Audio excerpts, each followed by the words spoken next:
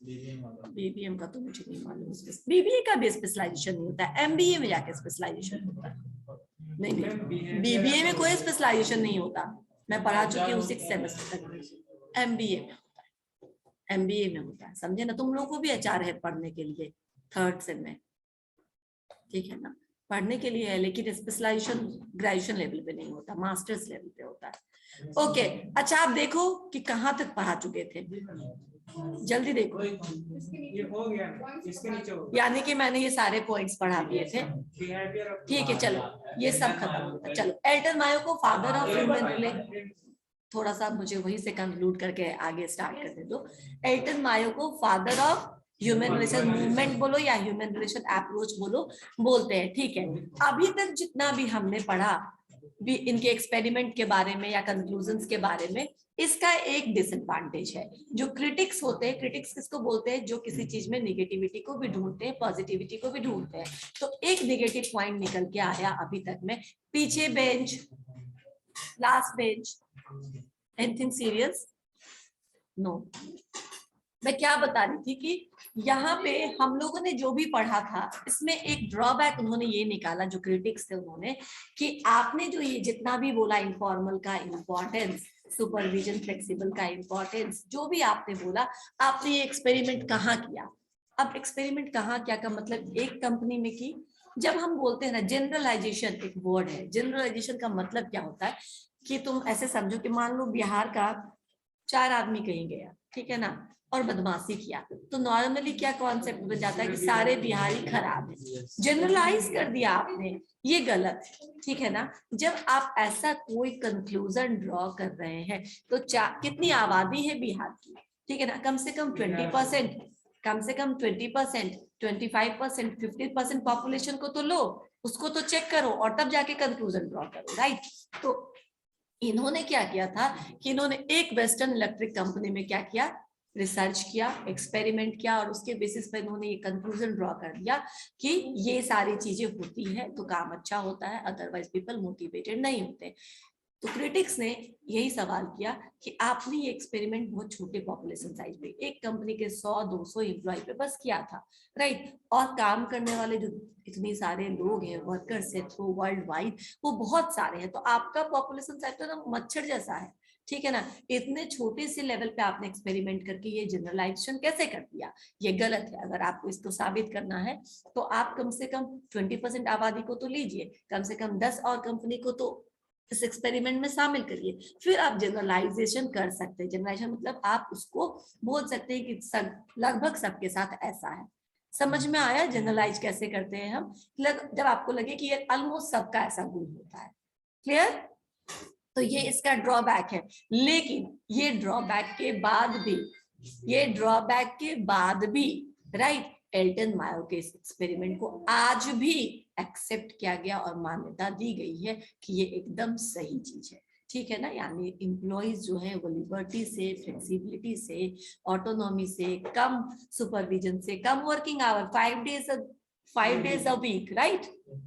Saturday तक काम करने की जरूरत नहीं है, आप फ्राइडे तक काम करिए, लेकिन अच्छे तक काम करिए, 2 दिन आप अपने लिए रख लीजिए। क्लियर? ये सब आपको दिख रहा है ना कि it reflects, right, low shorter working duration, longer break, flexibility, ये सब आपको तो आज भी इसको बहुत इंपॉर्टेंस दिया गया और इसको एक्सेप्ट किया गया है, राइट। ये हमारा हो गया एल्टन मायो का हॉथरॉन एक्सपेरिमेंट और बिहेवियरल अप्रोच।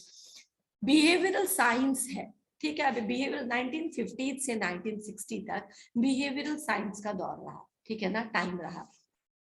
अब बिहेवियरल साइंस में क्या किया गया, बिहेवियरल साइंस उसको बोलते हैं जहां पे ह्यूमन के नेचर को, बिहेवियर को, पर्सनालिटी को, ट्रेड्स को, गुण को, ठीक है ना, उनके कम्युनिकेशन को, लीडरशिप को, स्ट्रेस को, कॉन्फ्लिक्ट को स्टडी किया जाता है, राइट। किस जगह पे आके आप डिमोटिवेटेड हो जाते हो, कहाँ कौन कौन से पॉइंट पे आप में स्ट्रेस बढ़ जाता है या आप कॉन्फ्लिक्ट करने लगते हो अपने सामने वाले कलीग से, इन सब चीजों की स्टडी को हमने बोला बिहेवियरल साइंस, जिसको हम बोलते हैं ओबी। ओबी और एचआरएम दोनों आपको पढ़ना है, लेकिन दोनों आपको 3rd ईयर में पढ़ना है। क्लियर? आपको बीच जो 2nd ईयर है उसमें आपके बहुत कम पेपर्स रहेंगे, लेकिन मेरे ख्याल से ज्यादा टेक्निकल पेपर्स रहेंगे उसमें आपको, लेकिन एक्चुअली होना ये चाहिए पीपीएम जैसे बीबीए में होता है पीपीएम, ओबी एंड एचआरएम, आप में भी यही होना चाहिए था। पीपीएम अभी हो गया फर्स्ट सेम में, सेकंड सेम में होना चाहिए था ओबी एंड एचआरएम, लेकिन ऐसा है नहीं। तुम लोगों का ओबी और एचआरएम यानी दो थ्योरी पेपर, एक जैसा पेपर आपको एक साथ पढ़ना पड़ेगा थर्ड ईयर में, राइट। थर्ड ईयर में क्या ज्यादा नहीं पढ़ना पड़ेगा, एक जैसा सब्जेक्ट है, ये मुश्किल है। उसको थोड़ा डिवाइड कर देता तो बेहतर रहता, पर पता नहीं मुझे ऐसा क्यों किया गया है, ये मुझे भी समझ इसका रीजन कुछ लॉजिकल मुझे नजर नहीं आता ऐसा करने का, लेकिन सिलेबस ऐसे ही है।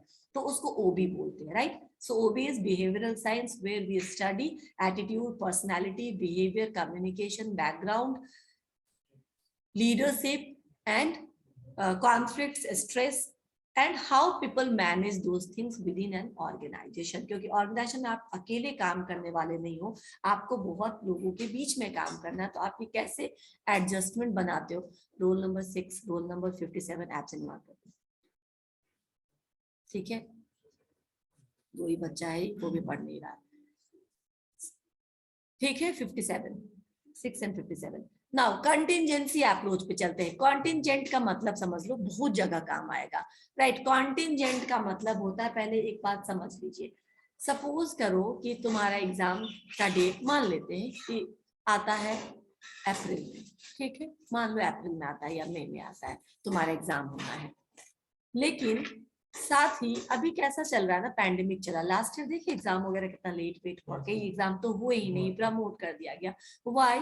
क्योंकि ये एग्जाम होना या नहीं होना अभी के परिवेश में किस पे डिपेंड करता है, फ्यूचर सर्कमस्टांसेस पे। अगर उस समय ओमिक्रॉन बहुत फैल जाएगा तो एग्जाम्स कैंसिल कर दिए जाएंगे, अगर नहीं फैलेगा तो एग्जाम कंडक्ट किए जाएंगे। अब समझ में आ रहा है कि एग्जाम का होना या ना होना किस पे डिपेंड करता है, फ्यूचर के कंडीशन पे डिपेंड करता है कि क्या ओमिक्रॉन के स्प्रेड का क्या कंडीशन रहेगा, राइट। समझ में? कॉन्टिंजेंट उसी को बोलते हैं। व्हेन हैपनिंग और not happening of any incident depends upon future event. समझ में आया? फ्यूचर के काम के होने या ना होने पर जब किसी काम का होना या ना होना निर्भर करे तो उसको हम कॉन्टिंजेंट बोलते हैं। क्लियर? एग्जाम्पल से भी क्लियर है? इसको कॉन्टिजेंसी अप्रोच बोलते हैं। अब मैनेजमेंट में जॉन वुडवर्ड ने 1950s में कंट्रीब्यूट किया था मैनेजमेंट में, उन्होंने कॉन्टिजेंसी स्कूल या कॉन्टिजेंसी थॉट को इंट्रोड्यूस किया कि ठीक है भाई, मैनेजमेंट में जो भी तुम लोग बोलते हो, planning, organising, staffing, directing, controlling, planning कैसा होना चाहिए, जो भी आप डिसीजन मेकिंग बोलते हो, सब कुछ ठीक है, लेकिन 100% आप गारंटी नहीं दे सकते हो किसी भी प्लान का कि ये फ्यूचर में सक्सेसफुल होगा या नहीं होगा। क्यों नहीं दे सकते? क्योंकि ये डिपेंड करेगा फ्यूचर में क्या सिनेरियो बनता है, राइट, उस पर डिपेंड करेगा इसका सक्सेस होना या नहीं होना। There are certain unpredictable situations जिसको आप कंट्रोल अभी नहीं कर सकते हैं, जिसको आप अभी नहीं समझ सकते हैं कि क्या रहेगा। और अगर वो एक एग्जाम्पल दे, मैंने हुट का एग्जाम्पल दिया है तुम्हें कभी, द हुट रेस्टोरेंट है, चलो मैंने ये बहुत जगह दिया है, तुम्हें भी दे देते, बहुत इजी हो जाता है मुझे ऐसे प्रैक्टिकल एग्जांपल से समझाना, इसलिए मैं देती हूँ। देने के लिए मैं बहुत सारे एग्जांपल दे सकती हूँ, लेकिन जो दूंगी ये तुम रिलेट कर पाओगे।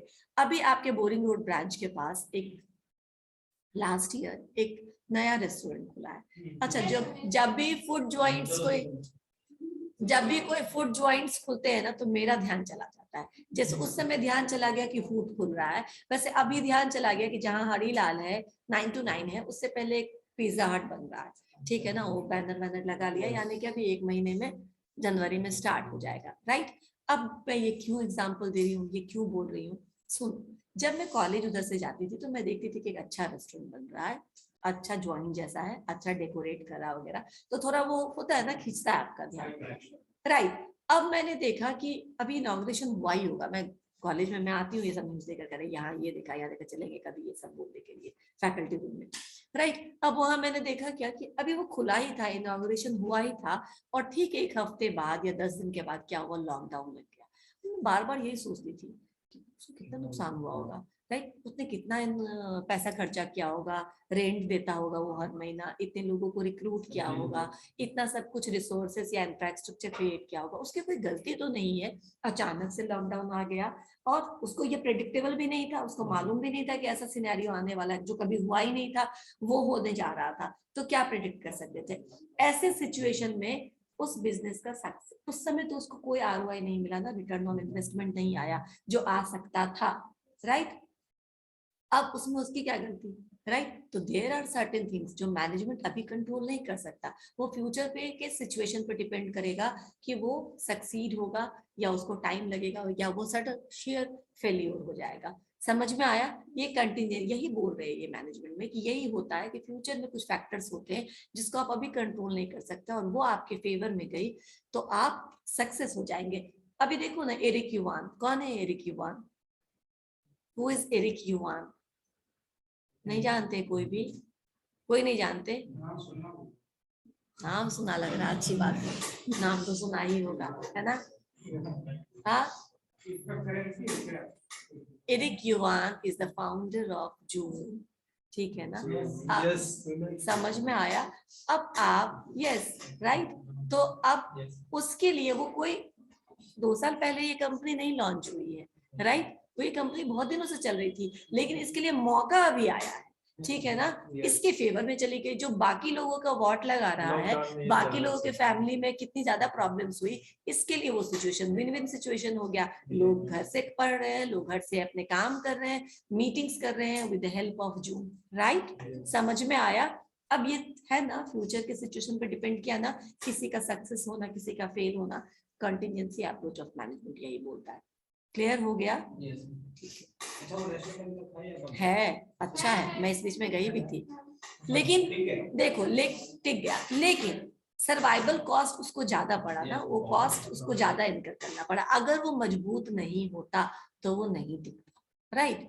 क्योंकि उसको पूरा 1 साल ऐसे ही चला, बीच में कभी खुले कभी टेक अवे। अभी तो लोग वोट का नाम भी नहीं जानते थे अच्छे से, टेक अवे कौन लेने टेक अवे समझो ना, कौन लेके जाने वाला है, राइट। तो जो फेमस रहते हैं लोग वहीं से लेके जाता है, तो इसको तो लोग समझना भी नहीं शुरू किया था, राइट। और ये बंद हो गया था, तो है लेकिन अच्छा है, राइट।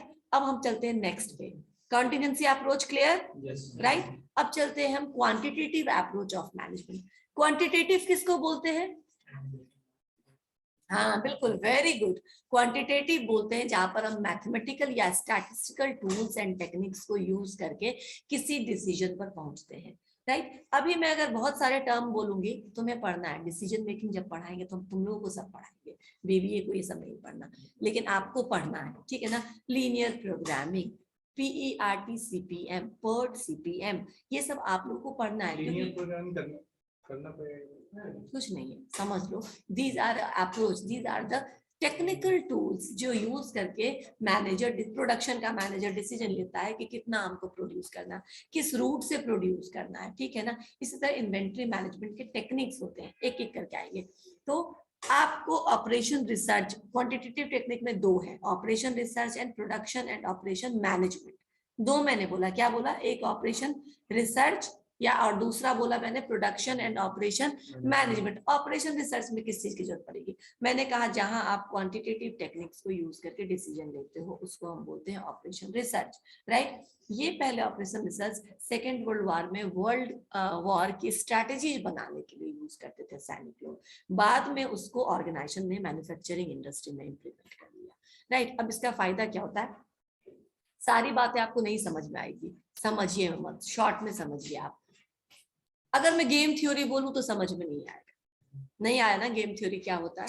अगर मैं आपको लीनियर प्रोग्रामिंग बोलूं तो भी नहीं समझ में आया होगा, लेकिन अगर मैं प्रोबेबिलिटी बोलूं तो समझ में आ रहा है, संभावना, राइट, प्रोबेबिलिटी। अब आपको क्या लगता है, on the basis of probability, ठीक है ना, एक मैनेजर डिसीजन लेता होगा, मान लो उसको कुछ करना है, अब वो क्या देखता होगा, ये फैक्टर्स है, इन सारे फैक्टर्स के अवेलेबिलिटी में कितना प्रोबेबिलिटी यानी कितना चांसेस है मेरे किसी प्लान का पास होने का या फेल होने का, राइट। अगर प्रोबेबिलिटी का परसेंटेज ज्यादा आता है तो क्या होगा, वो करेगा वो काम, ठीक है ना, क्योंकि हमको दिख रहा है कि मेरा चांसेस है जीतने का ज्यादा। लेकिन अगर उसमें कम दिखा रहा है तो क्या, नहीं यार छोड़ो कुछ और ही करते हैं, ठीक है ना, ये तो दिखा रहा है प्रोबेबिलिटी बहुत कम है सक्सेसफुल होने का। अब ये डिसीजन मेकिंग टूल बना, ऐसे ही गेम थियरी है, ठीक है ना, टेक्निकल टूल्स है। अभी आपने वो नहीं किया है, पढ़ाया जाएगा आप लोगों को। आगे जाके थर्ड सेम में होगा या सेकंड सेम में होगा, लेकिन होगा। सेकंड सेम में बोलूँ ना ज्यादा टेक्निकल है, होगा ये सब, राइट। तो अब क्या होगा, वो भी इतना मुश्किल नहीं है, आप सीख लेंगे। जब मैं सीख गई तो तुम लोग भी सीख लोगे, राइट। वो इतना आसान नहीं। क्वांटिटेटिव चीजों में मैं भी तुम लोगों से बहुत नीचे हूँ, बट जब मुझे आ गया तो आप लोग को आराम से आ जाएगा, राइट। तो आप लोग सीख लेंगे, ठीक है, क्लियर है। अब मैं ये बता रही हूँ कि ये मैनेजमेंट साइंस हुआ या ऑपरेशन रिसर्च हुआ। दूसरा है production and operations management. Production and operation management नाम से ये कि इसका रिलेशन किससे है, प्रोडक्शन से। प्रोडक्शन डिपार्टमेंट से, यानी जो मैन्युफैक्चरिंग कंपनीज या प्रोडक्शन डिपार्टमेंट को प्रोडक्शन करना होता है, वहां पे प्रोडक्शन मैनेजर जो होता है वो इसी चीज में लगा होता है कि कहाँ पे लोकेशन ले, क्या लेआउट करे। लेआउट मतलब डिजाइन, ठीक है ना, किस तरीके से मशीन को सजाया जाए। ये वहाँ आपकी क्लास में एक लेआउट है, बीच में खाली स्पेस रखना, गेट को खाली रखना, यहाँ पे स्पेस खाली रखना ताकि टीचर बोर्ड पे लिख सके, यहाँ पे खड़ा हो सके, यहाँ पे बैठ के पढ़ा सके, और बीच में खाली स्पेस ताकि आप लोग मूव कर सके दोनों तरफ पेन चेंज, राइट। ये एक सिंपल लेआउट हुआ। इसी तरह आप जब मॉल्स में जाते हो तो आपको कॉम्प्लिकेटेड लेआउट मिलता है, ठीक है ना।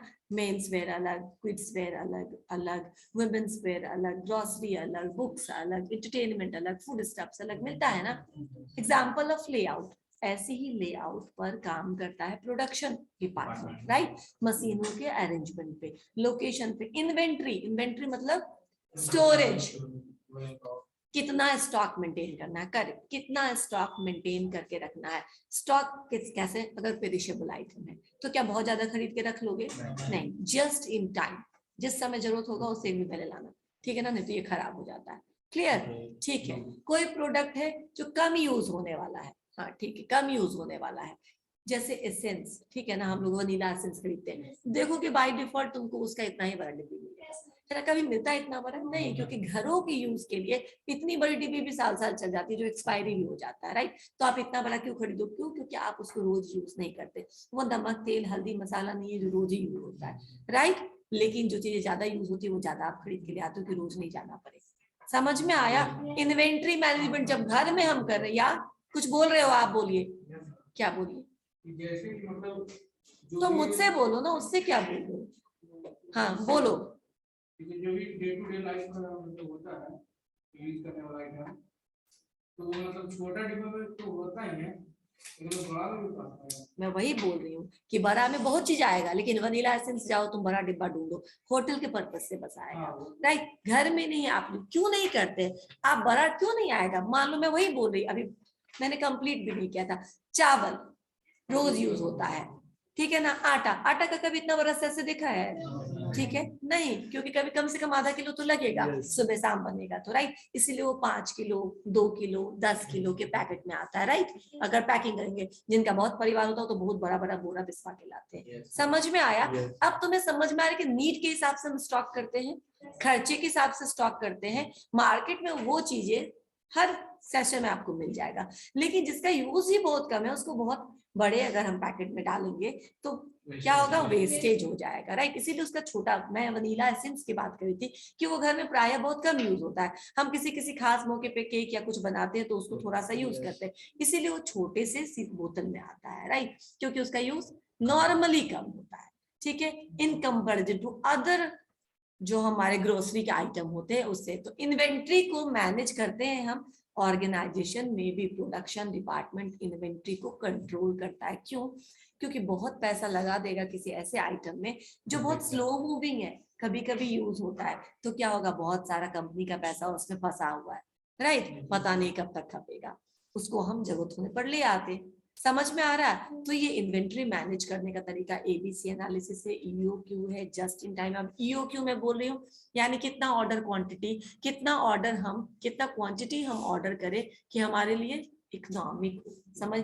तो सारी चीजों को आप बहुत होलसेल में तो नहीं ले सकते, जैसे मैंने अभी एग्जांपल दिया, वो चीजें जो ज्यादा फास्टली यूज हो जाता है वो आप होलसेल में ले लीजिए, आपको काम भी आ जाएगा और आपको सस्ता भी पड़ेगा। लेकिन वो चीजें जो कभी कभी आप खुद यूज करते हैं तो क्या होगा, ज्यादा ले लेंगे तो वेस्टेज होगा, आपका पैसा भी वेस्ट होगा और सामान भी बर्बाद हो जाएगा।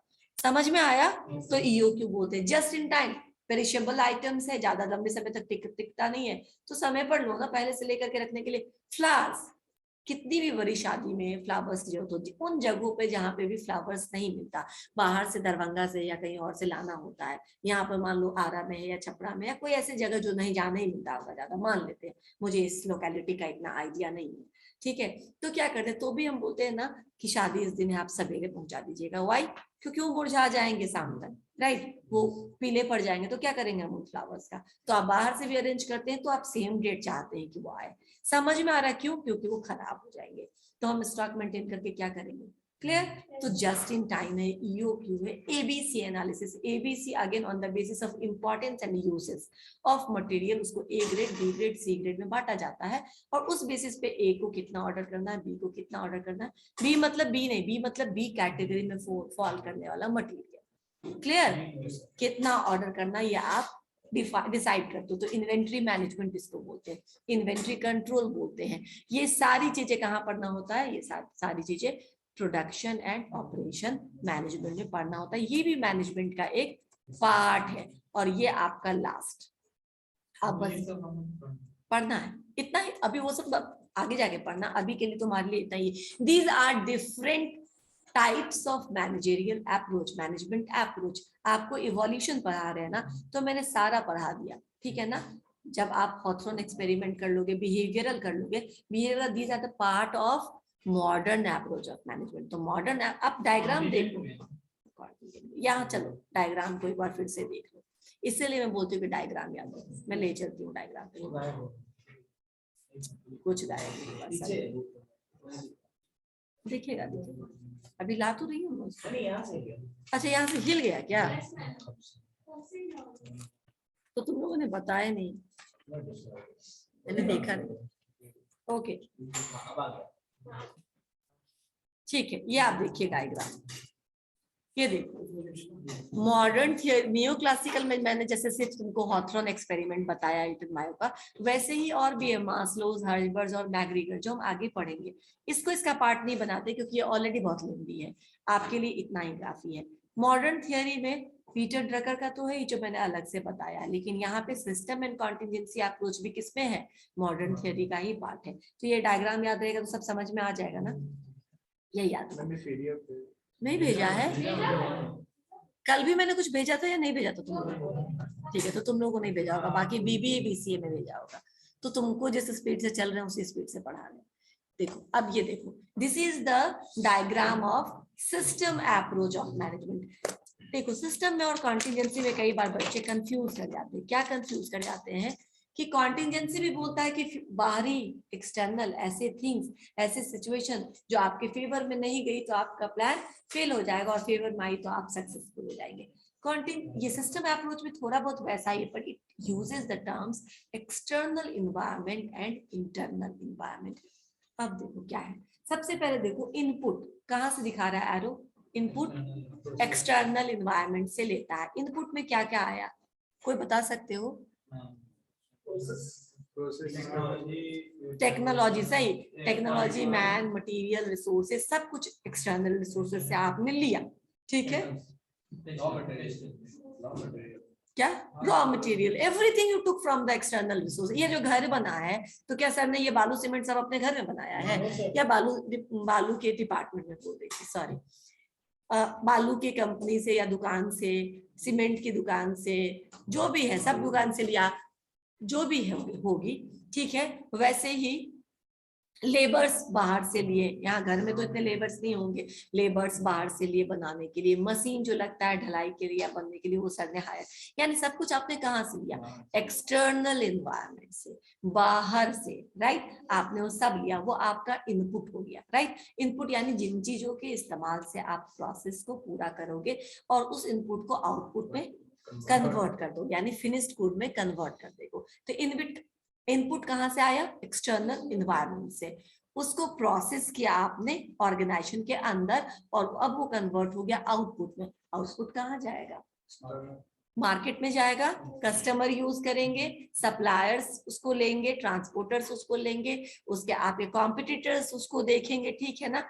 जो भी है, everything is used and consumed and evaluated in external environment. तो एक्सटर्नल एनवायरनमेंट से सामान आया और एक्सटर्नल एनवायरनमेंट में ही सामान चला गया, राइट। ये तो आपको समझ में आया। और प्रोसेस लेकिन कहाँ हुआ उसामा? इंटरनल एनवायरनमेंट में, राइट, ऑर्गेनाइजेशन के अंदर काम हुआ उसके ऊपर। अब जब आउटपुट बाहर जाता है तो क्या होता है? फीडबैक, यानी कि लोग फीडबैक देते हैं, अच्छा बुरा साधारण बहुत अच्छा जैसा भी। फीडबैक भी एक इनपुट के रूप में काम करता है, क्योंकि आपसे फीडबैक साइन कराया जाता है ना। कई बार आप किसी रेस्टोरेंट जाओ, कहीं जाओ, तो आपको बोलेगा कि फीडबैक फॉर्म भर दीजिए। क्यों भर दीजिए फीडबैक फॉर्म? ताकि हमें पता चले कि हमको और क्या क्या अपग्रेड करने की जरूरत है या चेंजेस लाने की जरूरत है, या फिर हम ठीक है, राइट। तो ये फीडबैक भी एक इनपुट के रूप में काम किया ऑर्गेनाइजेशन के लिए। तो अब आपको दिख रहा है कि जो ऑर्गेनाइजेशन है वो एक सिस्टम में एग्जिस्ट करता है, जो एक्सटर्नल इन्वायरमेंट से भी प्रभावित है, लिंक्ड है, जुड़ा हुआ है, और इंटरनल यानी उसके अपने कैपिटल, अपने टेक्नोलॉजी, अपने लोग, अपना पॉलिसी तो प्रभावित करता ही है उसके काम को, राइट। इसीलिए इसको हमने सिस्टम अप्रोच बोला। सिचुएशन पे नहीं डिपेंड है, ये इन्वायरमेंट पे डिपेंडेंट है। कॉन्टिजेंसी एंड सिस्टम में यही फर्क है, राइट। समझ में आया?